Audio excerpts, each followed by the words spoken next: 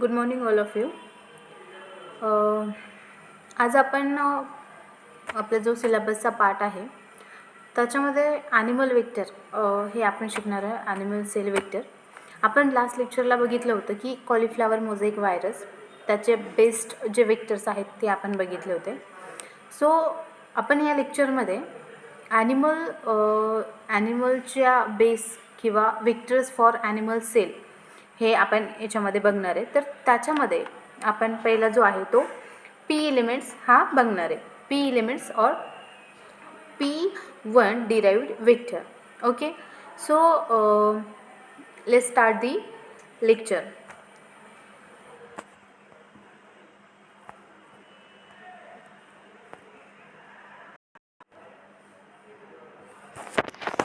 So vector for animal सेलमध्ये आपण first P elements बघणार. त्याच्यानंतर SV40 हा जो एक टाईप आहे व्हायरसचा हा एक बघणार आहेत. तर P1 हे एलिमेंट्स काय आहे आणि याच्यावर जे वेक्टर्स डिपेंडेंट आहेत ते कसे बनवलेले तर आपण बघू.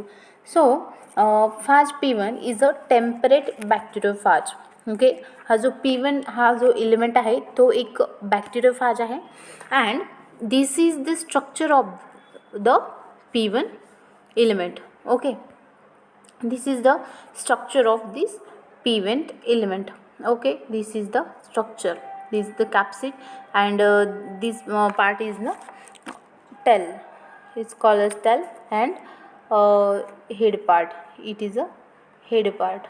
Okay, then it is used extensively for genetic analysis of E. coli. हा जो P1 एलिमेंट जो आहे तो इकोलायचं ज्या जेनेटिक ॲनालिसिस आहे त्याची स्टडी करण्यासाठी यूज होतो. आणि दिस vectors this P elements is developed by the Sternberg and co-workers. So Sternberg and co-workers have developed a P1 vector system. He G P1 system जी आहे वेक्टर सिस्टीम ती Sternberg and coworkers या दोघांनी मिळून बनवलेली आहे और डेव्हलप केलेली आहे. It has a capacity for DNA fragments as large age 100 KB. We already talk about की लॅम्बडा रिप्लेसमेंट वेक्टर हे जे वेक्टर्स आहेत बॅक्टेरियोफाजचे तर त्याची जी कॅपॅसिटी आहे ती 10-25 KBP इतपत आहे. आणि ती जी आहे लॅम्बडा DNA इन्सर्ट और लॅम्बडा रिप्लेसमेंट जो वेक्टर आहे त्याच्या कंपॅरिझनमध्ये P1 हा जो P1 वेक्टर सिस्टीम आहे याची कॅपॅसिटी खूप जास्त आहे.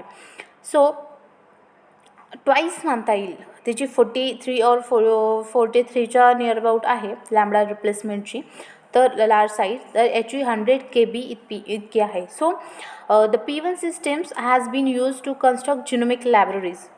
सो जे जिनोम्स असतात आपल्याला ॲज अ लायब्ररी म्हणून आपण त्याला स्टोअर करून ठेवत असतं तर त्याचं जे कन्स्ट्रक्शन आहे ते या P1 सिस्टममध्ये होतं. So the P1 is a system has been use to construct genomic libraries of mouse, human and drosophila DNA. Okay, so in second slide the P elements are transposable elements. Transposable elements means what? So आपण इथे ट्रान्सपोजेबल elements हे बघू. जे P elements आहेत ते ट्रान्सपोजेबल आहे. ट्रान्सपोजेबल म्हणजे कसं की आपण एक जीन घेतला, ठीक आहे, एक जीन घेतला आणि तो जीन आपल्याला इथून इथे तो जंप होतो. म्हणजे त्याचं जे लोकेशन आहे ते लोकेशन इथून इथं होतं. पहिले तो इथं होता आणि नंतर तो इथं गेला, ठीक आहे. तर हे जे आहे याला आपण ट्रान्सपोजेबल म्हणतो. म्हणजे तो जे आहे तो मूवमेंट करू शकतो. हा जो क्रोमोझोम आहे तो मूवमेंट करू शकत असतो, त्याच्यामुळं त्याला ट्रान्सपोजेबल DNA एलिमेंट्स असं म्हणतात, ठीक आहे. आणि इट्स हा हायली मोबाईल. ट्रान्सपोजेबल असल्यामुळे त्याला एका जागेवरून दुसऱ्या जागेवर मूव करता येतो, तर मग त्यालाच मोबाईल म्हणतात. So the P elements is a highly mobile in the germline of D. melanogaster. Use of P elements vector is any DNA sequence can be introduced into the genome of the fly. Okay, so आपण हा जो P एलिमेंट्सचा जो vector आहे तो कशा प्रकारे use करू शकतो, तर याचं एक हे आहे, त्याचा यूज आहे की जो डी एन ए सिक्वेन्स आहे कशाचा पण आपण डी एन ए सिक्वेन्स घेतला अदर्स ऑर्गॅनिझमचा, तर तो आपण एक जिनोम घेतला आणि तो आपण एक फ्लाय आहे तर त्या फ्लायच्या मध्ये आपण तो इन्सर्ट और इंट्रोड्यूस करू शकतो. And P elements causes a syndrome of related genetic phenomenon called PM hybrid dysgenesis. हा जो PM हायब्रिड डिसजेनेसिस आहे तो एक डिसीजचा जो नेम आहे आणि पी एलिमेंट हा जो सिंड्रोम आहे तो कॉज करत असतो. And which is the related to genetic, म्हणजे हा जो आहे तो आपल्या जेनेटिक स्ट्रक्चर फंक्शन और जेनेटिकवर डिपेंडन्स असतो. Okay, so let's talk about in the P1 vectors contain a packaging site. आपण लॅम्बडा फाज बघितला होता, तर त्याचा जो स्ट्रक्चर असतो लॅम्बडा फाजचं स्ट्रक्चर कसं असतं की कॅप्सिड असतं, हे कॅप्सिड आणि त्याला हे नेक, इथे नेक आणि हा जो पोर्शन आहे तो टेल असं म्हणतात आणि हा जो आहे त्याला हेड म्हणतो. ठीक आहे, तर हा जो आहे तो हेड. सो हे जे स्ट्रक्चर आहे कॅप्सिडचं हेड प्रोटीन, तर याला लागणारे जे जीन्स आहेत ते P1 व्हेक्टर्सवर असतात, त्यालाच आपण पॅक म्हणू. ठीक आहे, त्याला आपण पॅक म्हणू. तर हे pack which is a necessary for in vitro packaging recombinant molecules in to the phase.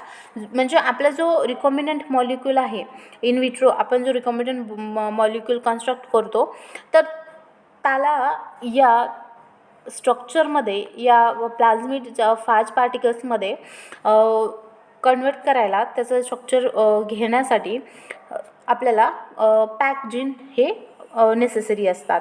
ठीक आहे, in vitro पॅकेजिंगसाठी recombinant मॉलिक्यूलच्या. Okay, so आणखी म्हणजे पी वेक्टरवर काय काय असणं गरजेचं असतं. एक आहे की पॅक साईट, ओके, एक आहे की पॅक साईट आणि then the vector contain lox P. हे जे लॉक्स पी साईट आहे हे आपल्याला लागणार आहे. So this site recognised by the phage recombinase and the product of the phage CRE gene. Okay, हे जे रिकॉम्बिनेज आहे ते फाजचे जे CRE जीन आहे ते रिकग्नाइज करतात and which lead to सर्क्युलरायझेशन of the package DNA after it has bin injected in to an E. coli host. म्हणजे first हा जो DNA असतो हा लिनियर फॉर्ममध्ये असतो, बट आपण जेव्हा त्याला एका होस्टमध्ये इंजेक्ट करत असतो, तर होस्टमध्ये गेल्याच्यानंतर तो जो हा लिनियर फॉर्मचा जेनेटिक मटेरियल आहे, जिनोम आहे, तो सर्क्युलर फॉर्ममध्ये होऊन जात असतो. तर सर्क्युलर फॉर्ममध्ये जे याचं रिझन आहे होण्याचं, तर ते आहे पॅकेजिंग. याची जी रिकॉम्बिनेज इन्झाईम आहे CRE जीनवर हे डिपेंड आहे. ओके, एक्सप्रेसिंग द रिकॉम्बिनेज, आणि मग इथे गेल्याच्यानंतर ते रिकॉम्बिनेज एक्सप्रेस करतं. ओके, आणि मग त्याच्या मल्टिपल कॉपीज ते बनवतं. ठीक आहे. Clones R maintain in E. coli as low copy number plasmid bye selection for a vector कानामायसिन resistance marker. So हा जो आपण वेक्टर बनवणारा हा P1 जो वेक्टर कन्स्ट्रक्ट केलेला आहे, तर त्याच्यामध्ये जसं की प्लाझमिडमध्ये होतं की ॲम्पेसिलिन रेजिस्टन्स जीन होत्या आणि टेट्रासायक्लिन रेजिस्टन्स जीन होत्या, तसंच याच्यामध्ये कॅनामायसिन रेजिस्टन्स जे सिलेक्टेबल मार्कर आहे ते आहेत, ते यूज होतात. ठीक आहे, कॅनामायसिन रेजिस्टन्स मार्कर यूज होतो. And this P1 system bin use to construct genomic libraries. We already talk about दिस की ही जी P1 सिस्टीम आहे ती जिनोमिक लायब्ररी कन्स्ट्रक्ट करण्यासाठी यूज होती.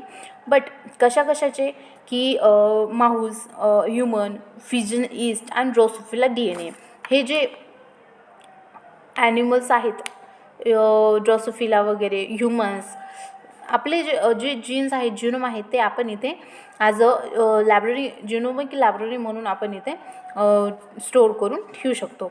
ठीक आहे.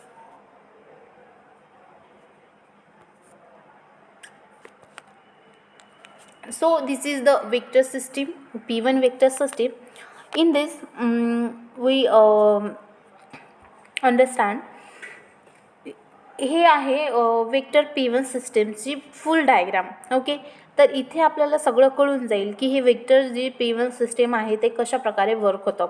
सो आपण ऑलरेडी डिस्कस केलं की हे पॅक साईट, हे लॉक्स पी, हे दोन जीन आपल्याला इथे गरजेचे आहे आणि दिस is the short arm.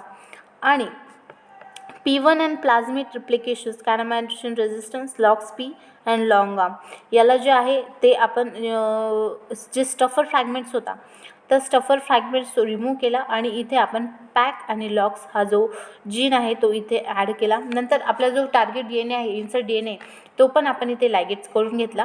Plus P1 and plasmid replication, Kahneman resistance, LOX-P1 हा जो पार्ट आहे, इथला जो पार्ट आहे तो आपण इथे लायगेट केला. ठीक आहे. आणि हे आपला झाला, मग इन्सर्ट DNA पण आला, हा आपला लिनियर मॉलिक्यूल झाला. ठीक आहे. मग हा लिनियर मॉलिक्यूल आता पॅक आणि जे लॉक्स पी साईट्स आहेत, जीन्स आहेत, ते आपल्याला या फास्ट पार्टिकल्समध्ये त्याला कन्व्हर्जनला हेल्प करतात, त्याच्यामुळेच कन्व्हर्जन होतं. So pac extract leaves at pac sites and insert DNA into P1 heads, tails and attach. हा जो आपला DNA इन्सर्ट्स आहे तो मग ज्या हेडमध्ये तो इन्सर्ट केला जाईल. हा बघा, हा याच्यामध्ये आपला DNA आला. ठीक आहे. याच्यामध्ये DNA आला आणि हे याचं फास्ट पार्टिकल्सचं स्ट्रक्चर झालं. आणि याला मग नंतर allow fast to absorb to host strand and inject DNA into CRE plus host cell. Okay, CRE plus host cellमध्ये आपला जो हा फास्ट पार्टिकल्स आहे, हा आपला जो इन्सर्ट DNA आहे तो इंट्रोड्यूस करायचा आहे. ठीक आहे. हा एक P1 हेड अँड टेल आपण घेतलं, हे हेड आहे. ठीक आहे. आणि हे टेल आहे, हेड आणि टेल. सो होस्टमध्ये गेल्याच्यानंतर हा जो फाज आहे तो तिथे इंजेक्ट होईल आणि इंजेक्ट झाल्याच्यानंतर याच्यामधला फक्त जे जेनेटिक मटेरियल आहे, जे जेनेटिक मटेरियल आहे, हे इथे हे जेनेटिक मटेरियल आहे, हेच याच्यामध्ये तो इंट्रोड्यूस करेल. ठीक आहे. हे जे जेनेटिक मटेरियल आहे ते आधी लिनियर फॉर्ममध्ये आहे आणि ते होस्टमध्ये गेल्याच्यानंतर तो लगेच सर्क्युलर फॉर्ममध्ये कन्वर्ट होऊन जातो. ठीक आहे. तर सर्क्युलर फॉर्ममध्ये कन्वर्ट होऊन गेल्याच्यानंतर रिकॉम्बिनेज जी एन्झाईम आहे ती वर्क होती आणि देन याचं मल्टिपल फॉर्ममध्ये आपल्याला जे क्लोन्स भेटतात आणि आपल्याला तो जीन जो आहे तो ॲज अ लायब्ररी म्हणून आपण इथे कन्स्ट्रक्ट करत असतो. So this is the simple P1 vector system. Okay. So या लेक्चरमध्ये आपण P1 एलिमेंट्स बेस्ट वेक्टर्स आपण बघितलेलं आहे. हे जे आहे ते फास्ट P1 वेक्टर्स जी सिस्टीम आहे. आणि नेक्स्ट लेक्चरमध्ये आपण आपल्या सिलेबसला याक आणि बॅक हे जे दोन वेक्टर आहे. याक means what? Yak and back is artificial chromosomes and the vector constructed on the basis of this artificial chromosome. That's why it's called as a yak. Means yeast artificial chromosomes, and back means bacterial artificial chromosome. So in the next lecture we will discuss about these artificial chromosomes. And आपण या स्लाइड्समध्ये, या लेक्चरमध्ये आपण P1 elements हे vectors for ॲनिमल्सचे आपण बघितलेले आहे. ठीक आहे. So we will see next lecture.